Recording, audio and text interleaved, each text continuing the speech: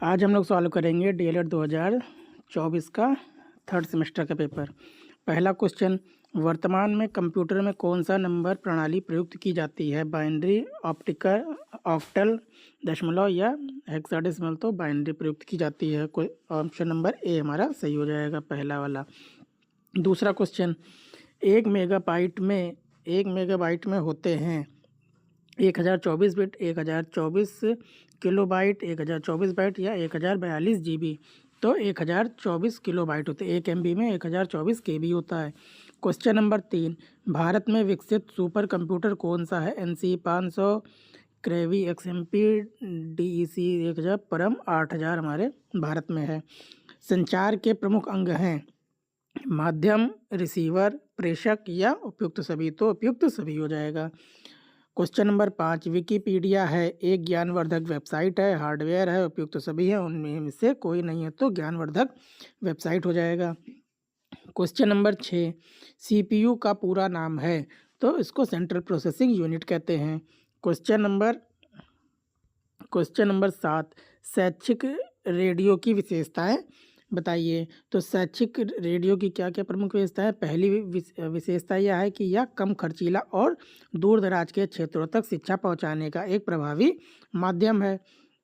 दूसरा क्या हो जाएगा? यह श्रव्य सामग्री के माध्यम से छात्रों को भाषा, संगीत, नाटक और विभिन्न शैक्षणिक विषयों को रुचिकर तरीके से सीखने में मदद करता है। तीसरा क्या हो जाएगा? यह छात्रों और शिक्षकों के लिए अद्यतन जानकारी और विशेषज्ञों के व्याख्यान उपलब्ध कराता है।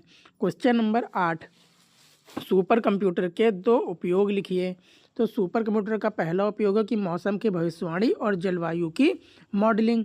दूसरा क्या हो जाएगा? वैज्ञानिक अनुसंधान और सिमुलेशन, जैसे परमाणु ऊर्जा अनुसंधान, अंतरिक्ष यान डिजाइन, तेल और गैस की खोज और जटिल चिकित्सा सिमुलेशन जैसे दवा की खोज करना, इन सब में इसका प्रयोग किया जाता है।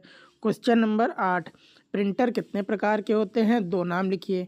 तो प्रिंटर मुख्यतः 2 प्रकार के होते हैं, पहला इम्पैक्ट प्रिंटर, दूसरा नॉन इम्पैक्ट प्रिंटर।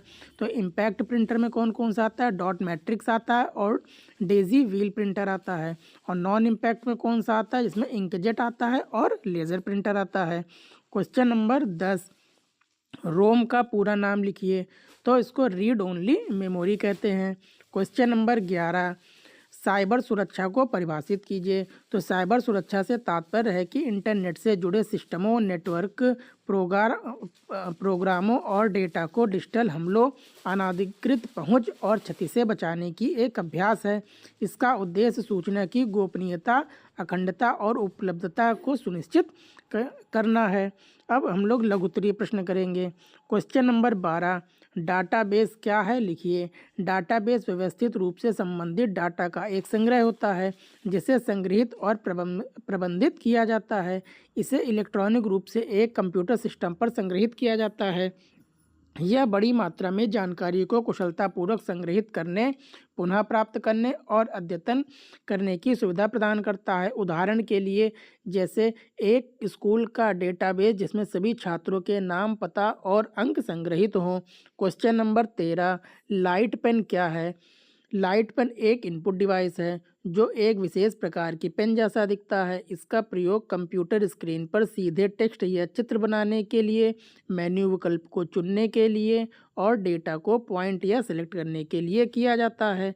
यह एक फोटो सेंसिटिव डिटेक्टर का उपयोग करके स्क्रीन पर एक विशिष्ट स्थान की पहचान करता है। क्वेश्चन नंबर 14, एनिमेशन क्या है?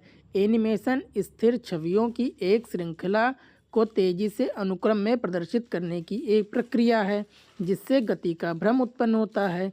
यह एक तरह से एक चित्र को अगले चित्र से थोड़ा भिन्न करके बनाया जाता है। यह तकनीक मुख्य रूप से फिल्मों, कार्टूनों, विज्ञापनों और शैक्षिक प्रस्तुति के दृश्यों को सजीव बनाने के लिए उपयोग किया जाता है। क्वेश्चन नंबर 15, कंप्यूटर नेटवर्क कितने प्रकार का होता है, नाम लिखो। कंप्यूटर नेटवर्क मुख्य रूप से उनकी भौगोलिक सीमा के आधार पर निम्नलिखित प्रकार के होते हैं। पहला है लैन। लैन को कहते हैं लोकल एरिया नेटवर्क। एक छोटे से क्षेत्र तक ये सीमित होता है, जैसे एक कमरे के अंदर, भवन के अंदर या एक कैंपस के अंदर। दूसरा होता है मैन, मेट्रोपॉलिटन एरिया नेटवर्क। एक पूरे शहर या महानगरीय क्षेत्र को कवर करता है।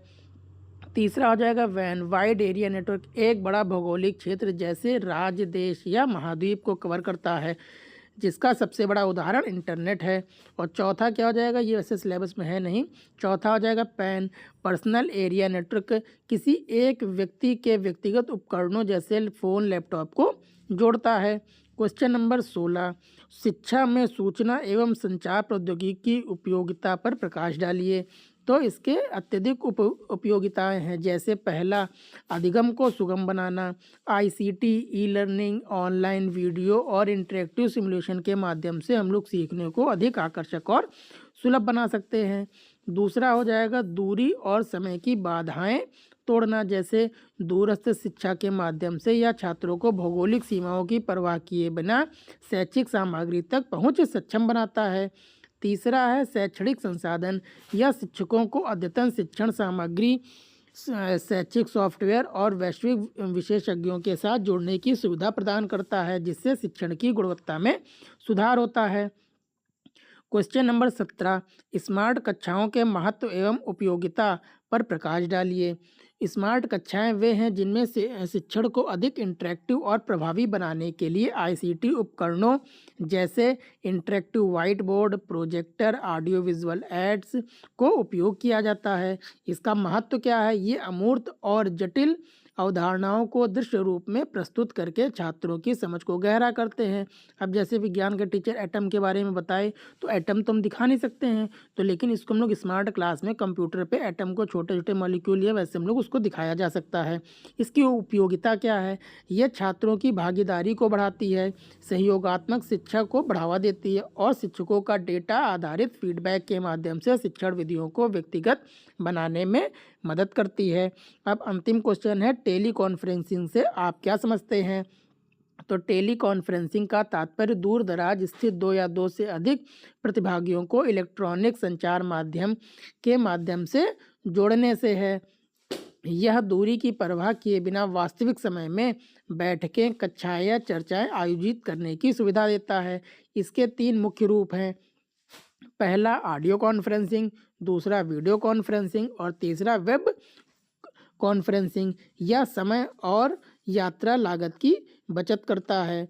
तो इस तरीके से हमारे ये क्या हो गया, ये हमारा पेपर ख़त्म हो गया। अब अगला पेपर आपको थोड़ी देर बाद मिल जाएगा। तब तक के लिए धन्यवाद।